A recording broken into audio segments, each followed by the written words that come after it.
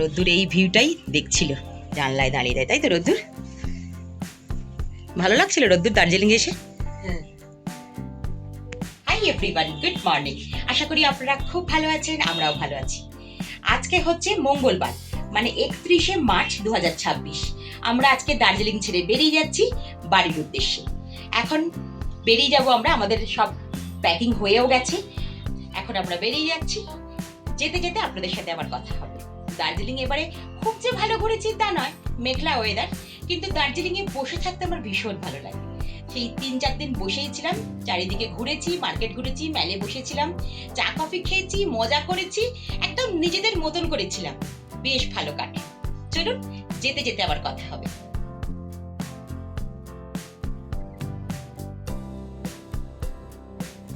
Bye bye বলে দার্জিলিংকে bye bye করে বেরিয়ে পড়লাম হোটেল ছেড়ে।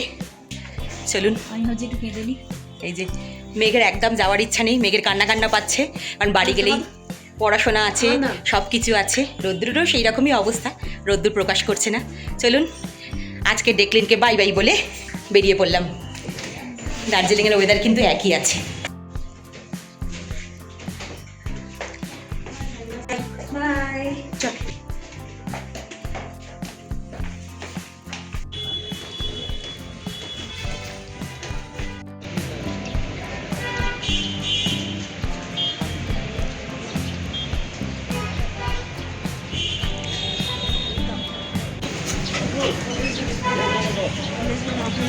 আমরা রাস্তায় বেরিয়ে পড়েছি, হাঁটছি। আমাদের গাড়ি আছে রামাদায়। ডেকলিন হোটেলে এলে ওরা রামাদাতেই গাড়ি পার্কিংয়ের ব্যবস্থা করে দেয়, সেই রকমই আমাদেরও গাড়ি পার্কিং রামাদায়।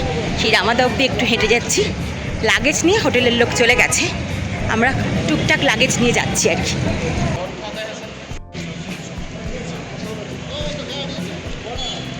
এই যে রামাদায় আমাদের গাড়ি ছিল, আমরা বেরিয়ে পড়বো। শিলিগুড়ি প্রথম যাব, তারপরে যদি সারা রাত্রির গাড়ি চালাতে পারে তাহলে বাড়ি পৌঁছে যাব, তা নাহলে কোথাও স্টে করব। চলুন এখন তো বেরোনো যাক। Bye bye. Thank you.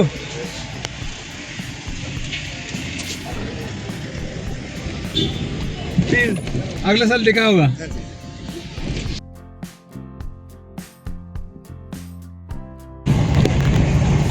জয়গুরু বলে বেরিয়ে পড়লাম দার্জিলিং থেকে বাড়ির উদ্দেশ্যে।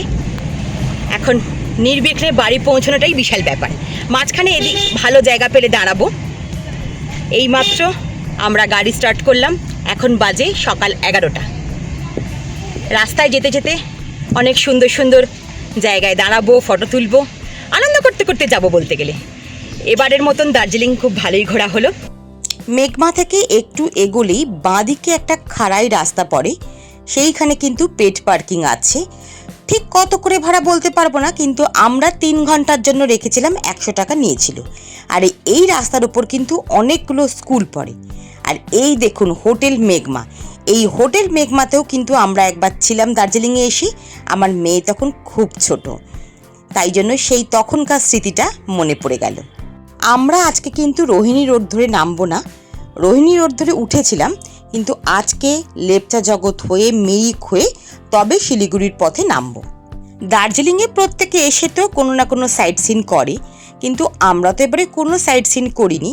তাই ভাবলাম এক রাস্তা দিয়ে কেন যাব, নিচেই যখন নামার অন্য অন্য রাস্তা আছে এবং লেপচা জগৎ যখন খুব নাকি সুন্দর, তাই সেই সুন্দর রাস্তা দিয়েই নামবো। এখানে একটা খুব সুন্দর স্কুল ছিল, বেশ বড় স্কুল মনে হলো, অনেকগুলো বাস দাঁড়িয়েছিল। দার্জিলিংয়ে কিন্তু স্কুলগুলো দেখতে খুব সুন্দর হয়। আমার মেয়ে যখন ছোট ছিল তখন আমার ইচ্ছে ছিল যে আমি দার্জিলিংয়ে কোনো স্কুলে রেখে পড়াশোনা করাবো, কিন্তু এই মেয়েকে ছেড়ে দিতে হবে, অনেক দূরে রাখতে হবে, আর বাড়ির সকলেও মত ছিল না, তাই মেয়েকে রাখা হয়নি। এখন মেঘ এসে দার্জিলিংয়ে দেখে বলছে, মম রাখতেই পারতে, আমি এরকম সুন্দর জায়গায় পড়াশোনা করতাম, কত ভালো হতো। মেঘ তো এখন অনেক বড় হয়ে গেছে, ছোটোবেলায় বাবা মাকে ছেড়ে বাড়ি ছেড়ে দূরে থাকার যে কষ্ট সেটাও বুঝতে পারছে না। এখনো পর্যন্ত যেটুকু রাস্তায় এসেছি সেটুকু রাস্তা কিন্তু অসাধারণ লেগেছে আমার। বড় বড় পাইনের গাছ আর এঁকে বেঁকে রাস্তা, কি যে ভালো লাগা কি বলবো।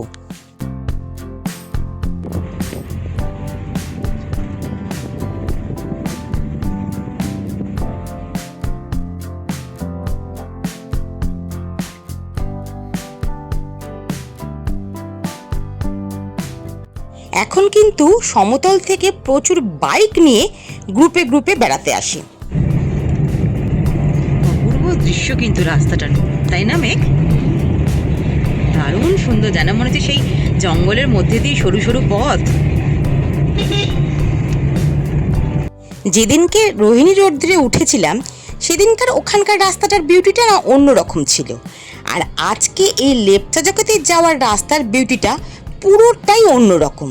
মানে দার্জিলিং থেকে ওঠা এবং নামার রাস্তা যে দুরকম হতে পারে, মানে দুরকম সৌন্দর্য দেখতে পাওয়া যায়, না গেলে বিশ্বাস করা যায় না। এখন তো মানুষ অফবিট জায়গায় এসে থাকতে পছন্দ করে, তাই এই লেপচা জগতের মতন জায়গায় প্রচুর হোটেল ও হোমস্টে হয়ে গেছে। সত্যি কথা বলবো, লেপচা জগৎ যে এরকম পাইনে ঘেরা সেটা ছবিতে দেখেছিলাম, সামনাসামনি যখন দেখছি সত্যি এর প্রেমে পড়ে যাচ্ছি। আমি একটু নেমে পড়েছি, এটা হচ্ছে লেপচা জগৎ। কি সুন্দর যে রাস্তা, কি বলবো, দারুণ সুন্দর রাস্তা। প্রকৃতি পুরো একদম ঢেলে দিয়েছে আমাদের, একদম সবুজে ঘেরা রাস্তা। অনেকেই দার্জিলিং আসেন, দার্জিলিং থেকে ফিরে যান, এই মিরিক দিয়ে ফিরবেন, লেপচা জগতে ফিরবেন, অসাধারণ লাগবে।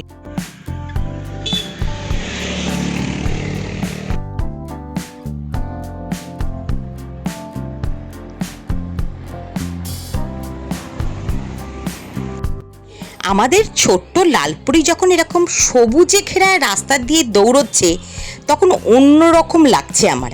মানে একদিকে ডিপ সবুজ জায়গা আর লালপুরির লাল রাস্তা দিয়ে দৌড়চ্ছে। এই দেখুন পর পর কিন্তু গাড়ি দাঁড়িয়ে আছে, লোকজন দাঁড়িয়ে আছে। এটা হচ্ছে লেপচা জগৎ ভিউ পয়েন্ট। মানে আপনি দার্জিলিং থেকে সাইট সিন করতে গেলে এটা একটা সাইট সিনের মধ্যে পড়বে। প্রচুর মানুষ এই পাইনে ঘেরা জায়গার মধ্যে ফটো তোলে। আজকে তো পুরো মেঘে ঢেকে গেছে, কিন্তু যেদিনকে রোদ উঠবে সেদিনকে কিন্তু ছবি অসাধারণ উঠবে। তাই লেপচা জগৎ অবশ্যই আপনারা দার্জিলিং এলে ঘুরবেন, পারলে থাকবেন। আমি যেমন পণ করেছি, পরের বারে লেপচা জগতে এসে আমি 2 দিন কাটাবো, তবে অন্যদিকে যাব। এখন আমরা সুখিয়া বাজারের ওপর দিয়ে যাচ্ছি। বিরাট বাজার, এক কথায় জায়গাটা ঘিঞ্জি বলতে পারেন। এই জায়গাটার দুদিকে শুধু দোকান আর গাড়ি স্ট্যান্ড আছে। মানে একটু এগিয়ে ডান দিকে পড়বে রাস্তা একটা, যেটা দিয়ে সান্দাকফু, মানেভাঞ্জন, ফালুট এইসব জায়গায় যাওয়া যায়।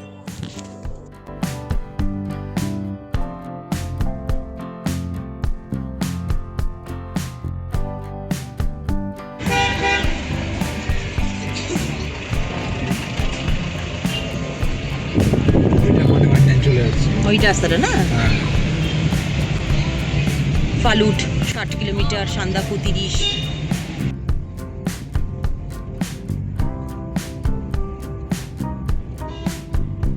কেমন ফিল করছো তুমি?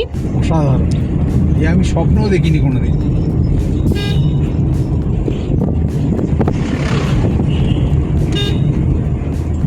সত্যি রাস্তাটা অসাধারণ। মেঘের অবস্থা, মেঘ ঠান্ডায় কেঁপে যাচ্ছে। রোদ্দুরের অবস্থাটা একটু ভালো আছে, রোদ্দুর অত কাঁপছে না। ওরাহি ওরাহি ওরাহি ওরাহি ওরাহি ওরাহি ওরাহি रुक जाना नहीं तू कहीं हार के कांटों के जरे ला ला ला ला ला ला। এই রাস্তার ধারে ধারে ছোট ছোট দোকান বসে, হয়তো চায়ের দোকান কি মোমোর দোকান, এরকম দোকান দেখতে পাচ্ছি। এখন সেগুলো বন্ধ। দেখতে দেখতে আমরা সীমানা ভিউ পয়েন্ট পেরিয়ে চলে যাচ্ছি।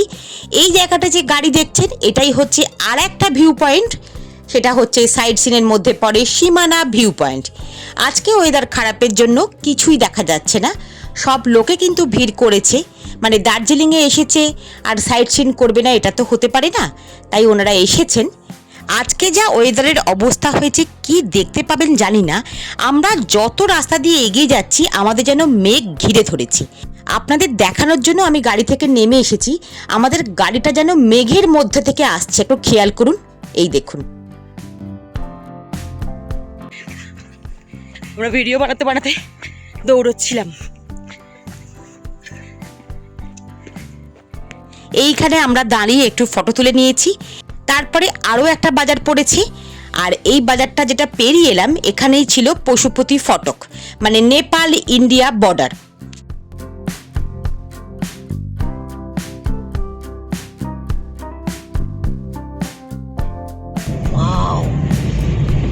কি বিউটি!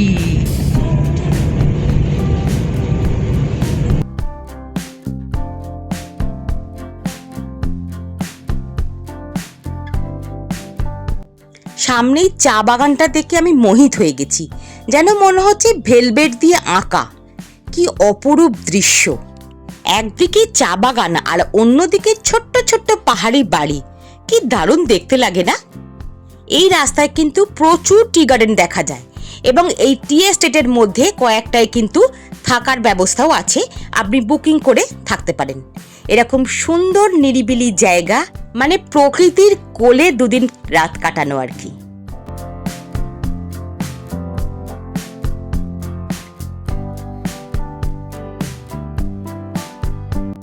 এই রাস্তা দিয়ে যেতে যেতে মনে হচ্ছে অনেক সিনেমায় এরকম ছবি দেখেছি, মানে সিনেমার মধ্যে কিছু ছবি এখন সেটা চোখে দেখছি। আর প্রচুর মানুষ দুদিকে দাঁড়িয়ে শুধু ফটো তুলছে। সত্যি ফটো তুলে রাখার মতনই জায়গা, নিজেদের স্মৃতিকে ধরে রাখার জায়গা। এবার একটু নেমে পড়েছি, যেখানে দেখলাম একটা চা বাগানে প্রচুর চা তোলা হচ্ছে। না, আমি চা বাগানের মধ্যে গিয়ে চা তোলার চেষ্টা করিনি, ওটা আমার খুব খারাপ লাগে। প্রকৃতিকে প্রকৃতির মতন থাকতে দিতে হয়, আর আমি যেটা জানি না সেই কাজটা আমি করতে চাই না। যারা চা তুলতে পারেন তারাই সঠিকভাবে চা তুলে আমাদের কাছে পাঠান, আমরা সেই সুগন্ধি চায়ের স্বাদ গ্রহণ করব। আমরা এখন যাচ্ছি মিরিকের ওপর দিয়ে, মানে আমরা দার্জিলিং থেকে অনেকটা পথ অতিক্রম করে মিরিকে এসে পৌঁছালাম। মিরিক লেকটার ডান দিকে। আমরা মিরিক লেকে আর দাঁড়ালাম না, কারণ আমাদের সময়ের খুব অভাব আজকে। তাই মিরিক লেকটা গাড়ি থেকে যেটুকু দেখতে পেলাম এবারে সেটাই থাক। আর মিরিক লেকের পাশে প্রচুর গাড়ি দাঁড়িয়ে আছে, প্রচুর খাবারের দোকানও আছে। আর গাড়িতে আমার ছেলে মেয়ে একটা চিপসের প্যাকেট খুলে ফেলেছে। আমরা একটু খেতে নেমেছি, এখানে মোমো খাবো। প্রথমেই বলেছিলাম আজকে মোমো খাবো, সেই মোমো খেতে নেমেছি এরকম একটা ছোট্ট পাহাড়ি দোকানে, যারা গরম গরম মোমো বানিয়ে দিচ্ছে, চিকেন মোমো, সেটাই খাবো। মানে আজকে আমরা সারাদিনের লাঞ্চে তো ভাত খাবোই না বলেছি, দার্জিলিং থেকে যখন নেমে যাচ্ছি মোমো খেতে খেতেই নেমে যাব। সেই মোমোই অর্ডার দিচ্ছি। জায়গাটা দারুণ সুন্দর, ভালো লাগছে। পাহাড়ি এলাকায় এসে এরকম ছোট্ট ছোট্ট দোকানে পাহাড়ের ঢালে বসে খেতে দারুণ লাগে। সে যাই খাই অমৃত হয়ে যায় ব্যাপারটা। অর্ডার দিয়েছি, এখন মোমো বানাচ্ছে, চিকেন মোমো বানাচ্ছে। চলুন মোমো এলে দেখাচ্ছি। প্রকৃতির কাছে এলে মানুষ মনে হয় একটু বাচ্চা হয়ে যায়। আমার কর্তারও সেই অবস্থা হয়েছে, এখন সে বাচ্চাদের মতন করছে। যা পারে করুক, ওকেই গাড়ি চালাতে হবে। আমাদের সামনে চলে এসেছে গরম গরম চিকেন মোমো, আমার ছেলে মেয়ে খেতেও শুরু করে দিয়েছে। চলুন আমরা এবার খাবারটা এনজয় করি। আজকের ভিডিওটাকে আর বড় করলাম না, মানে আমরা আজকে দার্জিলিং থেকে একদম কলকাতায় চলে যাব না মাঝখানে শিলিগুড়িতে থাকবো সেটা এখনও অবধি বুঝতে পারছি না। আমরা সবেমাত্র মিরিকে, এখনো অনেকটা পথ যেতে হবে, দেখা যাক কি হয়। আমাদের মোমো এত ভালো লেগেছে, আমরা আবার 2 প্লেট অর্ডার করেছি। মোমো খাবো ভেবেছি বলে মোমো খাবোই, এই জন্য আবার 2 প্লেট অর্ডার করেছি। 2 প্লেট খাওয়ার পর আবার অর্ডার করেছি। খুব সুন্দর মোমোটা। আমাদের পরের 2 প্লেট মোমো কিন্তু আবার চলে এসেছে।